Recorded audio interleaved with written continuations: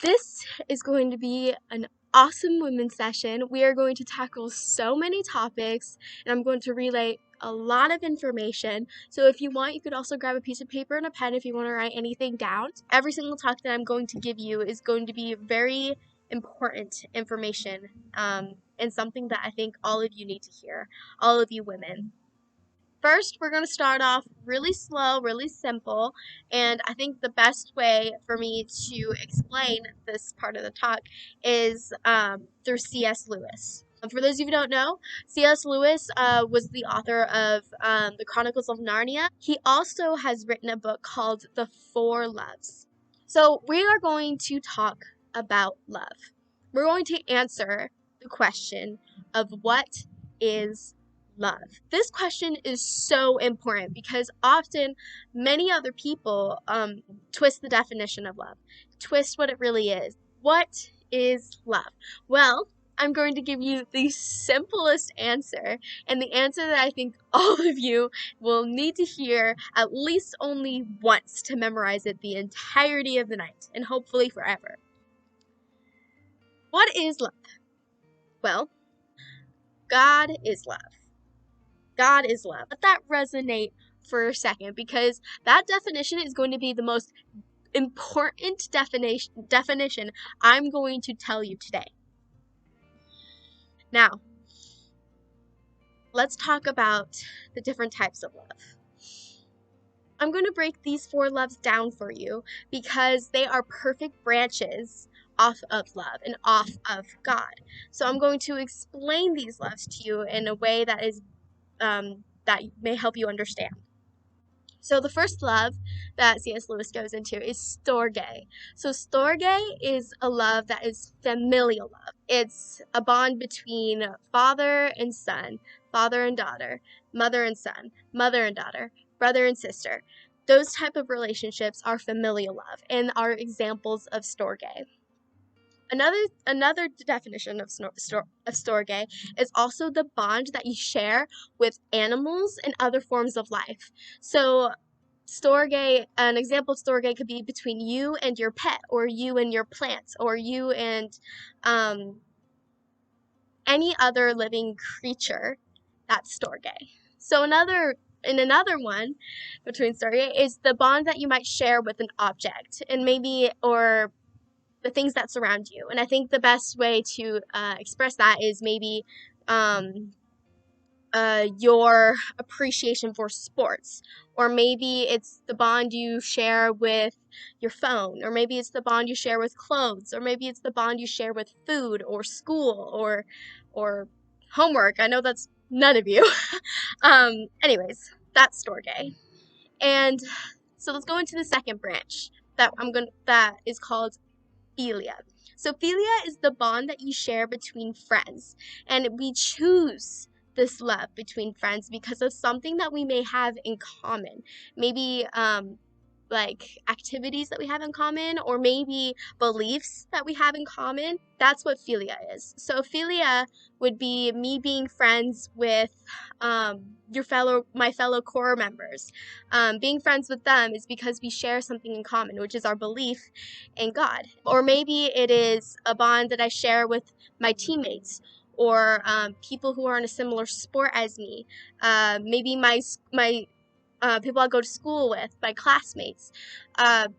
All of that is philia. So the next one is Eros. Eros is extremely beautiful and is extremely desirable. Extremely desirable. And we're going to get into that within the next few talks. But first, I'm going to talk about Eros and what it is. So Eros is passion. Passion about sexual desires and spiritual desires. So sexual and spiritual desires. Eros is sexual desire. It is the physical bond that you share with other people. So maybe an example of that would be the act of love. when we marry and we consummate the marriage, that is sex. And that is sexual desire. Unless you're a part of a religious order, then you would not be a part of that sacrament. And spiritual desire is something that we long to look for something to believe in. We long to look for truth. That is also Eros. So that's Eros. Agape. Agape is the next one. It's the fourth and final branch and is one of the most important branches in all of them. It is, let's say, like we have three branches: Storge, Philia, and Eros. Agape would literally be the tree trunk. That's how important it is. And the roots are God. The roots are God, and the roots are love. So the roots are God, the roots are love, the trunk is agape. The trunk is the love that is unconditional and selfless. It's when we want to give to another person without receiving anything in return. It's when we want to give and not look for any praise. The best way for me to explain agape is to talk about Jesus, to talk about the Son of God, Jesus Christ, the one who died on the cross for us. That is the perfect description of agape that I can give you. When he died on the cross, it was completely selfless. It was unconditional love. And we did not deserve it. We sinned. And we continued to sin. We were the ones who sent him on the cross to be crucified. He expected nothing in return as well. All he wanted was for us to be saved. That is the perfect definition of agape.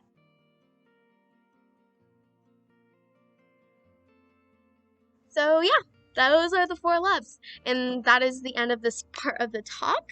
The next part, after we get back from small groups, is going to be about the abuse of these kinds of loves, of the abuse of these loves, the abuse of Storge, Philia, Eros, and agape.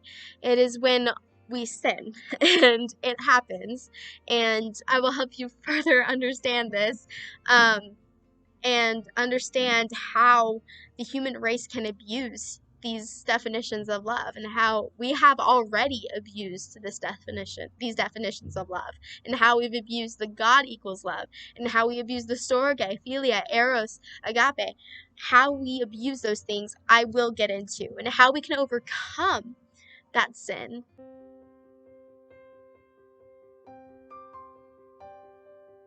All of these loves, Storge, Philia, Eros, and agape, are necessary, and they are all created by God.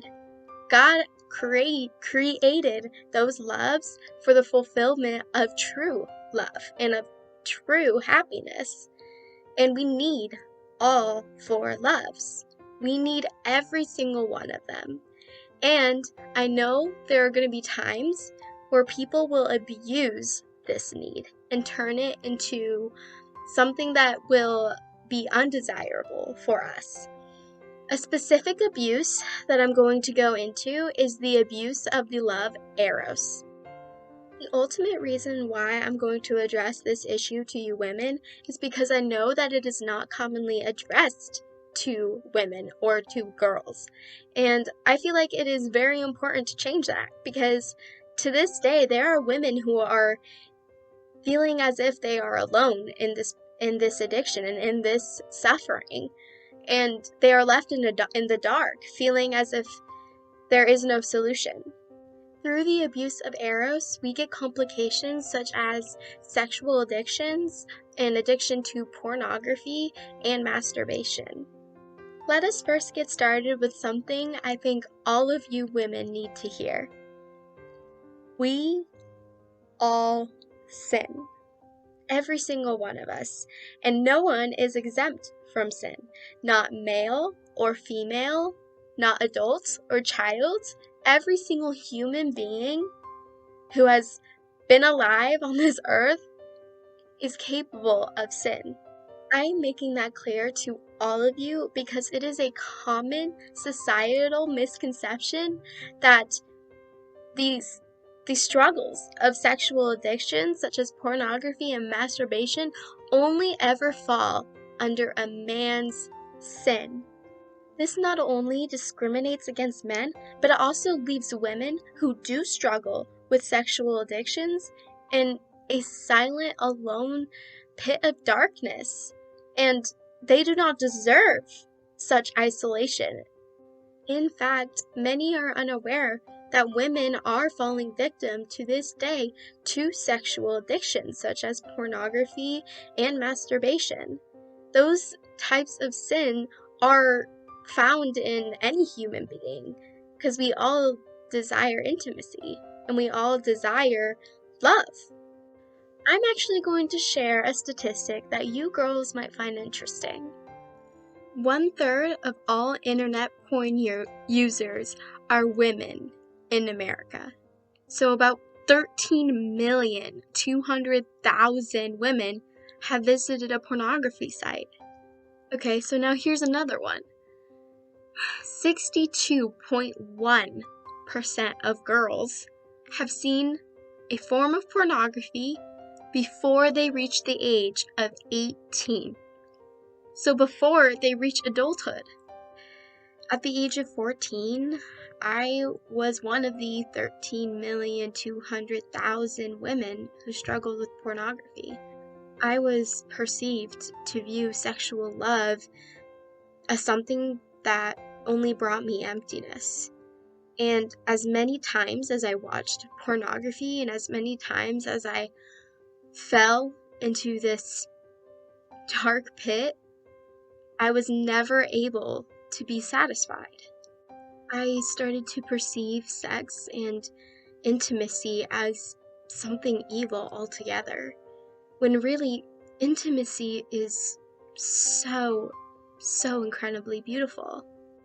God created intimacy, and as women and men, as humans, we are called to be intimate and we are called to love. Society has taken advantage of our desire for intimacy and our desire for love, especially as women.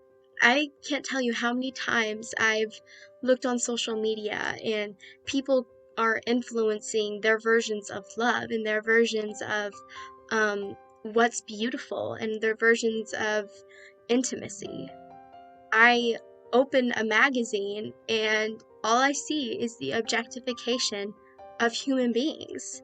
Or when you go and watch movies, watch shows, the entertainment industry has twisted the idea of love.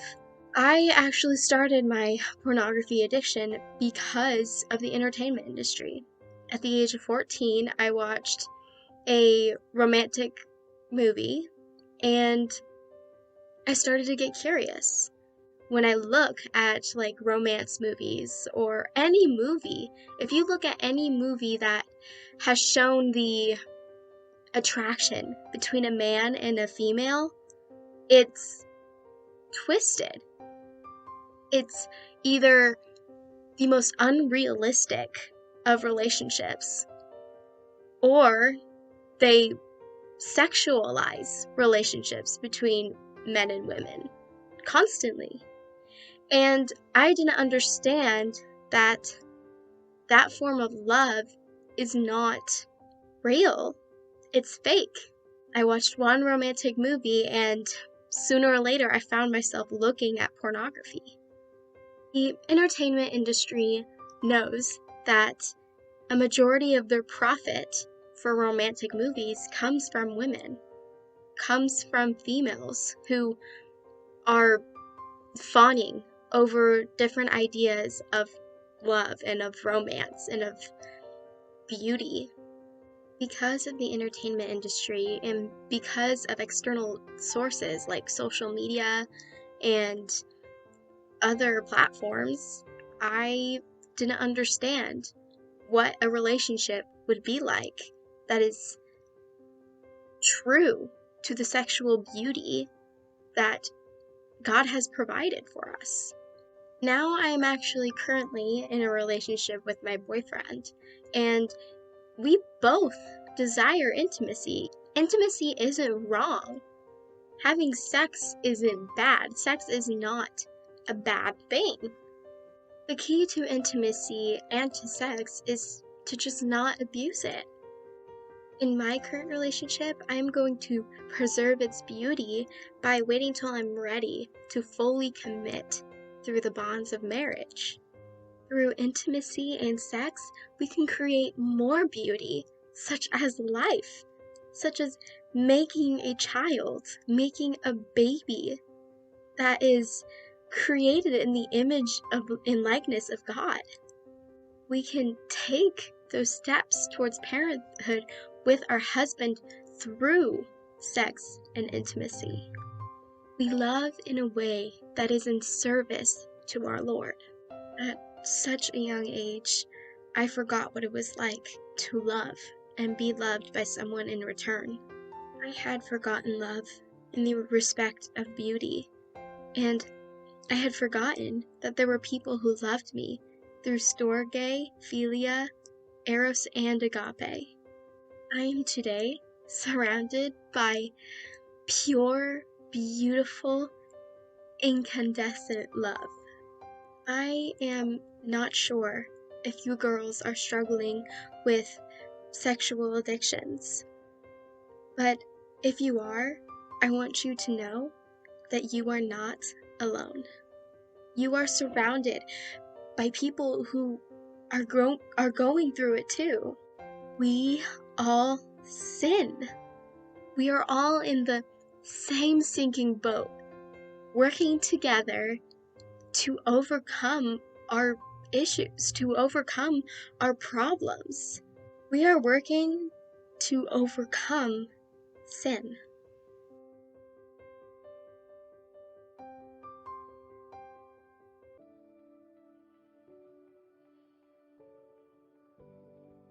The steps to overcoming sexual addictions can be a long process, but they are necessary if we are going to finally overcome the sin that has caused us such heartache. All of you ladies should be getting this book called Uncompromising Purity. It is written by a woman author named Kelsey Scotch, I believe her name is, and she goes further into depth about her experience through the suffering of sexual addictions, and she provides us 6 steps that can better help us overcome the sin. I'm going to break down these steps so then that you guys can better overcome sin and overcome sexual addictions. Let's start with number 1, which is to invite Jesus in. Jesus wants to heal all of us, not just in our sexual impurities, but in all sin. And through this step, we can learn to embrace His mercy. Even when we fall and when we fall to sin, it doesn't make us damaged goods. And as a matter of fact, when we fall, it gives God a chance to work wonders on us. Number 2 is to evaluate your experience. Go back to the very beginning when you first started your sexual addictions. Find out what it was that made you turn to sin and remedy it. Number 3 is to identify triggers. External triggers are the situational factors that cause you to fall to temptation. Kelsey Scotch actually goes further into triggers and how to avoid them and how to remedy them on your day-to-day life. So identify your triggers and make sure that you don't come across them as often. Number 4 is to actually create a plan. Make sure that you have a routine that you stick to on a day-to-day basis. Can be tempted to go back to sexual addictions if you have too much time on your hands or if you are alone way too much throughout the day. Go out, make plans, and stay active. Most importantly, you should create a spiritual plan. Make prayer a part of your day-to-day life. Make it a priority. Again, invite Jesus in. Invite God into your life. Pornography and masturbation could be external factors to an even bigger problem like anxiety and stress. Having a plan that is to keep you healthy will help with the external factors of sexual addiction. So make a plan, both spiritually and physically. Step 5 is to establish accountability. As you start to create a spiritual and physical plan, you should have an accountability partner to help monitor your actions. An accountability partner is extremely helpful because it helps you reach out before you fall. It helps you to find someone to cancel out any triggers you may have. Accountability partners are a great motivator and a really key factor when it comes to overcoming sin and overcoming especially sexual sin. If you are going to get an accountability partner, I suggest getting someone that is the same gender as you, but having someone that is of the same gender, that is female, because you all are women, will help you connect with them on another level that a male may not be able to. So if you come across any triggers, or if you feel stressed, anxious, or overwhelmed, get in contact with your accountability partner and they will help you get through it. Finally, step 6 is to seek spiritual healing and professional counseling. Seek spiritual healing by embracing God's mercy and going to confession. I know that going to confession can be intimidating, especially when you suffer from something like pornography and masturbation, but going to confession can very much relieve and satisfy your soul. Now, with professional help, I highly recommend that you get it. Go see a counselor or a therapist and discuss with them about your problems. Again, I know that it is hard to seek out help, and I know that it is hard to seek out counsel, but it is necessary in order for you to start your internal healing. I was struggling with pornography and masturbation for 2 years, and throughout that entire time, I was going through my own internal healing. To this day, I go through internal healing. I still go visit my therapist. I tell her everything I've been going through. I tell her everything that I've been suffering from. I am still tempted to this day. But going and seeing professional help and going to confession and doing all of these steps, I will still see results. All of these steps can be extremely helpful. I do want you guys to take those steps into account. But if I do want you guys to take anything from overcoming sin, it's that no matter how many times you fall to sin, it doesn't mean that it's too late for you. You could be in the midst of a sexual addiction, but it doesn't make you any less valuable and any less worthy. Just do the best you can and take down every single temptation, every chance you can get. Try your best not to fall to sin. You can do this. You can fight. You can overcome sin. Lastly, I just want to say that I really, really, really want you guys to read this book. It is so amazing. Everything she says is extremely helpful, even if you're not struggling with a sexual addiction, but with any addiction. One more thing, I'm actually going to put up a list right now of a bunch of different resources that can help if you are in need to overcome sexual addictions. They are all extremely reliable. Some of them were recommended by Kelsey Scotch, the author of Uncompromising Purity. Some of them I recommended when I was going through this addiction, and a few I got from Life Teen. If you guys want to take a picture or write any of them down, I highly recommend it. But other than that, thank you guys so much for listening. I know this has been a ton of information and it's been a long night, and I know you guys probably want to go to bed. just have a good rest of your night. I guess that's all I'm going to say.